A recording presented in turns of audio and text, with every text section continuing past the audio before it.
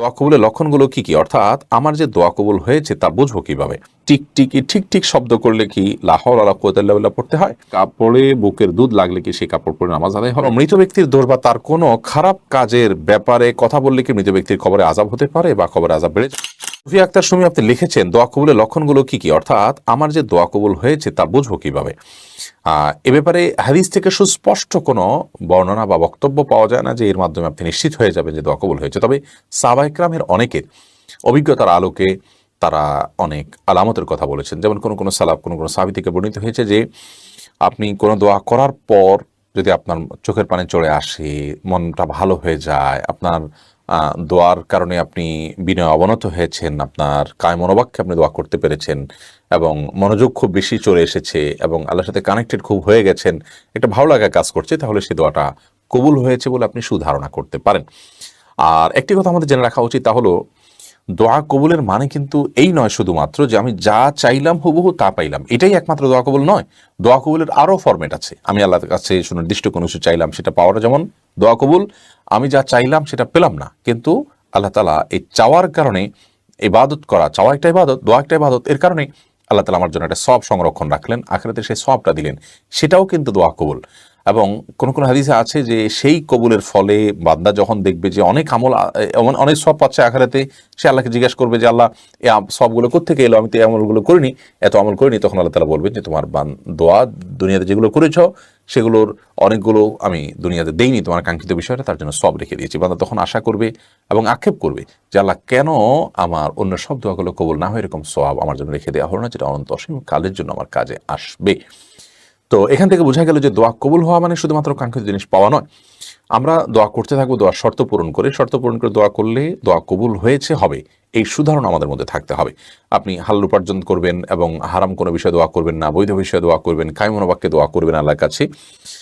দোয়ার মৌলিক শর্তগুলো যদি আপনি পূরণ করেন, দোয়াতে দরুদ পাঠ করবেন, আল্লাহর প্রশংসা থাকবে, তাহলে সেক্ষেত্রে ইনশাআল্লাহ আপনার সেই দোয়া কবুল হবে। সেটা কাঙ্ক্ষিত জিনিস পেয়েও হতে পারে, আখিরাতে আল্লাহর কাছে সওয়াব পেয়েও হতে পারে। বিধায় দোয়ার ব্যাপারে নিরাশ হওয়া উচিত নয় এবং আশাবাদী থাকা উচিত। হাদিসগুলো দিকে তাকালে দোয়া আমাদেরকে আশাবাদী হতেই শেখায়। এবং নবী করিম সাল্লাল্লাহু আলাইহি সাল্লামের হাদিসে যেমন রয়েছে, কোরআনেও রয়েছে, আল্লাহ তাআলা বলেছেন উদউনি আস্তাজিব লাকুম, তোমরা আমার কাছে দোয়া করো আমি তোমাদের দোয়া কবুল করব। আল্লাহ তাআলার পক্ষ থেকে ওয়াদা আছে, বিধায় আপনি শর্ত পূরণ করে হালাল উপার্জন আছে, কায়মন বাক্যে মনোযোগের সাথে আল্লাহর কাছে দোয়া করছেন, হামদ সানা করছেন, আল্লাহ প্রশংসা করছেন, দরুদ পেশ করছেন, এরপরে চাওয়া বৈধ চাওয়া পেশ করছেন, অবশ্যই সে দোয়া পূরণ হবে ইনশাআল্লাহ তাআলা। এরপরে তাসমিয়া রাজ্জাকি আলী থেকে আপনি লিখেছেন, টিকটিকি ঠিক ঠিক শব্দ করলে কি লা হাওলা ওয়ালা কুওয়াতা ইল্লা বিল্লাহ পড়তে হয়? আমাদের সমাজে প্রচলিত আছে যে টিকটিকি যদি ঠিক ঠিক আওয়াজ করে, তার আওয়াজই টিকটিকি টাইপের, এরকম আওয়াজ করলে তাহলে সেক্ষেত্রে কোনো কিছু আমরা বললে তখন টিকটিকি আওয়াজ করলে তখন সে আমাদের সমর্থন করলো, কথাটা সত্য সঠিক এরকমটি। এটা যে কুসংস্কার, সেটা বোঝার জন্য বোধ হয় খুব একটা পণ্ডিত হওয়ার প্রয়োজন নেই, আমরা সবাই মোটামুটি বুঝি। কারণ টিকটিকির এই ঠিক ঠিক শব্দ, এটা না হয় বাংলার সাথে খাটলো, টিকটিকি তো সারা দুনিয়াতে একরকমই শব্দ করে, তাহলে অন্য দেশে মানুষ সেটাখান থেকে ঠিক ঠিক বুঝবে কেন? অন্য কোথাও ঠিকঠিকের অর্থ অন্য কিছু বিপরীত বরং হতে পারে, তখন কি তারা ভুল কিছু বুঝবে? এগুলো নিছক কিছু কুসংস্কার এবং গর্হিত বিষয়।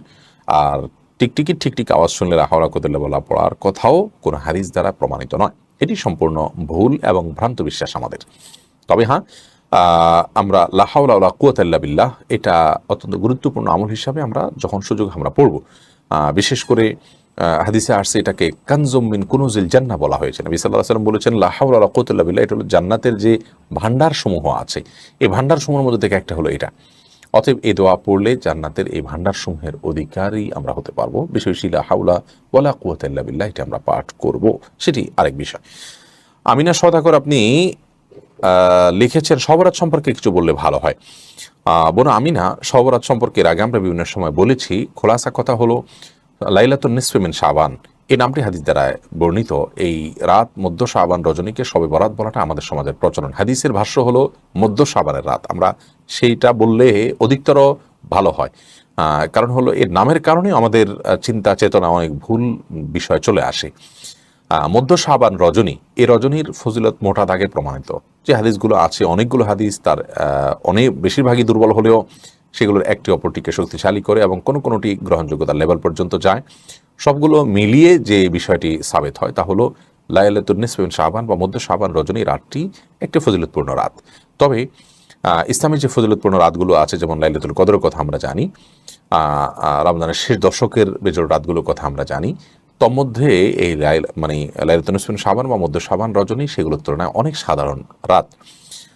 আমরা যদি কম্পেয়ার করি তাহলে হাদিসে এবং কোরআনের ভাষ্যমতে লাইলাতুল কদর এবং রমজানের শেষ দশক এই রাতগুলো অনেক গুরুত্বপূর্ণ রাত। লাইলাতুল নিসফে শাবান বা মধ্য শাবান রজনী রাতে আল্লাহ তাআলা সাধারণ ক্ষমা ঘোষণা করেন মুশরিক এবং হিংসুক ছাড়া, এরকম বর্ণনা পাওয়া যায়। এবং এই ফজিলত পাওয়ার জন্য কেউ যদি আল্লাহর কাছে আগ্রহী হয়ে দোয়া করে, ইবাদত করে, বিশেষ করে নিজেকে শিরক এবং হিংসা থেকে পরিচ্ছন্ন রাখে, তাহলে সেটা তার জন্য সেটা করা যেতে পারে, সে জায়েজ আছে। বাট এই রাতে ভাগ্য নির্ধারণ করা হয় মর্মে যে সমস্ত বর্ণনা পাওয়া যায় সেগুলো বিশুদ্ধ মানদণ্ড উত্তীর্ণ নয়। কোরআন কারীম সূরা দুখানের 1-4 নম্বর আয়াতের দিকে তাকালে আমরা দেখি যে মূলত লাইলাতুল কদরে ভাগ্য নির্ধারণ করা হয়ে থাকে। যদিও এটা নিয়ে উলামায়ে কেরামের একাধিক মত আছে, কিন্তু অধিকতর গ্রহণযোগ্য এবং সরাসরি কোরআন আয়াতের অর্থের দিকে তাকালে বোঝা যায় যে আল্লাহ তাআলা যে রাতে কোরআন নাজিল করেছেন ওই রাতেই ভাগ্য নির্ধারণ করেন। যাই হোক, এর পাশাপাশি কবর জিয়ারত করার পরে হাদিস রয়েছে আমাদের আয়েশা রাদিয়াল্লাহু তাআলা থেকে, কিন্তু সেই হাদিসের সনদও বিশুদ্ধতার মানদণ্ডে উত্তীর্ণ নয়। মুহাদ্দিসদের প্রচুর পরিমাণে কালাম এবং আপত্তি রয়েছে সেই হাদিসের সনদের বিষয়ে। তো আমরা যেভাবে লাইলাতুল কদরকে উদযাপন করি সেভাবে আসলে এটাকে এইভাবে আসলে ইসলামে দেখানো হয়নি। অন্তত আমরা যখন লাইলাতুল কদরের সাথে তুলনা করলে দেখি যে আমাদের সমাজে সবচেয়ে বেশি ইবাদতের জন্য মানুষ চেষ্টা করেন লাইলাতুল বরাতে। ইবাদতের চেষ্টা দোষের না, কিন্তু আপনি লাইলাতুল নিসফে শাবান রাতটাকে খুব গুরুত্ব দিচ্ছেন, কিন্তু এর সাথে গুরুত্বপূর্ণ রাতগুলোকে আপনি একেবারেই গুরুত্বহীন মনে করছেন।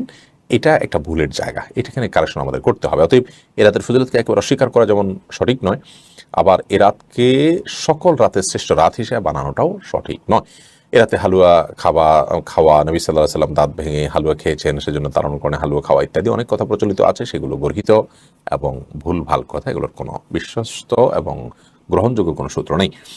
এমএসটি আমিনা খাতুন আপনি লিখেছেন, কাপড়ে বুকের দুধ লাগলে কি সেই কাপড় পরে নামাজ আদায় হবে? হবে, কোনো অসুবিধা নেই। এস এম সেলিম রেজা রাজ আপনি লিখেছেন, বাচ্চাদের কপালে কালো টিপ দেওয়া যাবে কিনা? সৌন্দর্যের জন্য দেওয়া যেতে পারে, কিন্তু বদনজর থেকে বাঁচা যাবে, এটা দিলে আর বদনজর লাগবে না, এই বিশ্বাস থেকে দেওয়াটা ভুল।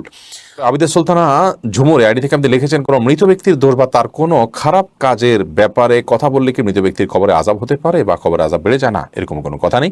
মৃত ব্যক্তির কোনো দোষের চর্চা করলেই তার আযাব বাড়ে এমনটি মনে করার কোনো কারণ থাকতে পারে না। যে দোষ চর্চা করছে গুনাহ হবে তার, পাপ হবে তার, কারণ সে মৃত ব্যক্তির সমালোচনা করছে। নবী করিম সাল্লাল্লাহু আলাইহি ওয়াসাল্লাম বলেছেন, কোনো ব্যক্তি মারা গেলে তার সমালোচনা তোমরা করবে না, কারণ সে যা করেছে তার সেই কর্মের ফল সে পেয়ে গেছে, ভালো হলে ভালো, মন্দ হলে মন্দ, তার সমালোচনা করবে না। অতএব যারা মৃত ব্যক্তির সমালোচনা করছে তারা গুনাহ কাজ করছে, হোক সেটা তার মধ্যে ছিল, হোক সেটা অন্যায়।